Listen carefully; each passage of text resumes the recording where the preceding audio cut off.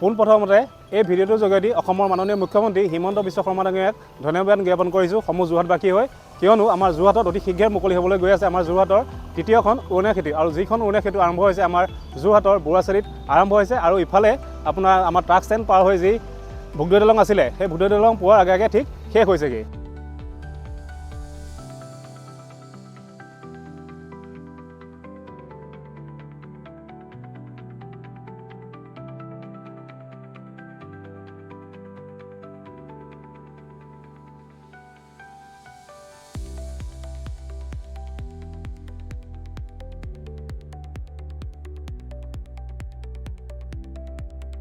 আৰু এই ৩ নম্বৰ উৰণীয়া খেতিখন মুকলি কৰি দিয়াৰ লগে লগে আমাৰ যোৰহাটবাসী ৰাইজে যান জঁট সমস্যাৰ পৰা বহুত পৰিত্ৰাণ পাব, যিটো এটা বহুত দিনীয়া পুৰণা সমস্যা আছিল যোৰহাটবাসী ৰাইজৰ।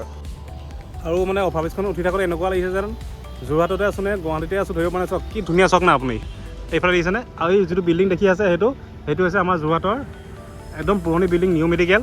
আৰু এইফালে আছে আমাৰ এইফালে বিশ্বৰাম বৰুৱা হল। চাওক এইফালে আছে আমাৰ বিশ্বৰাম বৰুৱা হল, আৰু বিশ্বৰাম বৰুৱা হলটো পুনৰ নতুনকৈ বনাই থকা হৈছে। চাওক আৰু অভাৰব্ৰিজখন যিহেতু আমাৰ বৰুৱাচাৰিআলি এইটো ফালৰ পৰা আৰম্ভ হৈছে, উঠি আপোনালোকে তেতিয়া দেখিব আমাৰ যোৰহাটৰ আগৰ সকলোৱে পৰিচিত ছুপাৰ মাৰ্কেটখন তেতিয়া তলত থাকিব, আৰু ৰাস্তাটো আছিলে আমাৰ এইফালে তলত।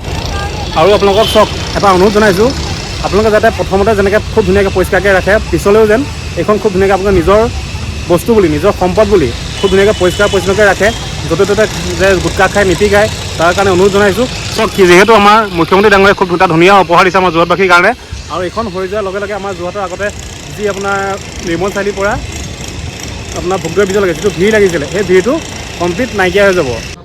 আৰু এইফালে চাওক ছবিখিনি মানে যথেষ্ট ধুনীয়াকৈ আঁকিছে দেই, কিন্তু বহুত কষ্ট কৰিছে আপোনালোকে যে নিপিকায়, বহুতবাৰ কৈছোঁ দেই। কিন্তু এইফালে চাওক আমাৰ অসমৰ সম্পদ ঢোল আৰু পেঁপা এনেকৈ অংকন কৰি দিছে, যদি আপোনালোকে ইয়াত পিকায় মানে চাওক আমাৰ অসমীয়া গাত পিকিব নালাগিব। চাওক এইফালে আমাৰ ঢোল, এইফালে পেঁপা।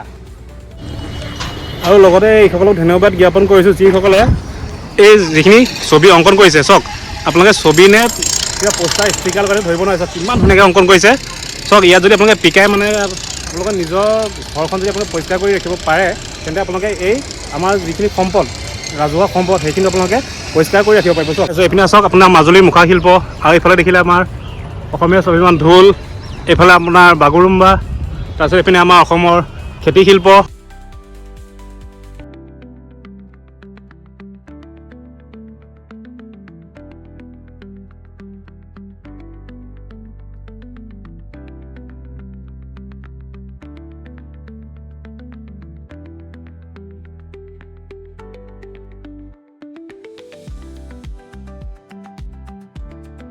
এইফালে আমি পাই গ'লোহি আমাৰ যোৰহাটৰ জে.বি. ৰোড। চাওক এইফালে আমাৰ যোৰহাটৰ জে.বি. ৰোড, আৰু আমি আছোঁ বৰ্তমান অভাৰব্ৰিজৰ ওপৰত।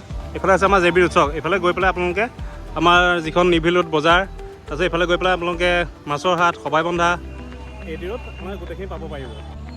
আৰু মাজতে আপোনালোকক আৰু এটা কথা কৈছোঁ, যোৰহাটৰ যিখিনি নহয়, যদি আপোনালোকে অভাৰব্ৰিজখন হৈ যায়, কেতিয়াবা আপোনালোকে ভাবে যে যোৰহাটৰ গৰালি যাওঁ বা যোৰহাটৰ মেইন টাউনলৈ যাওঁ, তেতিয়া আপোনালোকে অভাৰব্ৰিজত নুঠিব। আপোনালোকে যদি শিৱসাগৰ ফালৰ পৰা আহে অভাৰব্ৰিজ তো চাইডেদি যিটো ৰাস্তা আহিব আপোনালোকে সেইফালেদি আহিব, আৰু যদি আপোনালোক এইফালে তৰাজন বা দেৰগাঁও গোলাঘাটৰ ফালেদি আহে তেতিয়া আপোনালোক বৰুৱাচাৰিআলিৰ পৰা আপোনালোকে অভাৰব্ৰিজত ফিৰিং দিব। আৰু যিহেতু আমি এতিয়া অভাৰব্ৰিজৰ ওপৰত আছোঁ, আৰু আগতে আমি যেতিয়া অভাৰব্ৰিজৰ তলেদি যাওঁ তেতিয়া এইফালে মানে তলত দেখিব এইপিনে আগৰ আমাৰ যোৰহাটৰ মেইন SBI বেংক। চাওক SBI বেংক তলত আছে, আৰু আমি এতিয়া বৰ্তমান অভাৰব্ৰিজৰ ওপৰত আছোঁ, আৰু পুৰণি ৰাস্তাটো এইফালে চাওক তলত।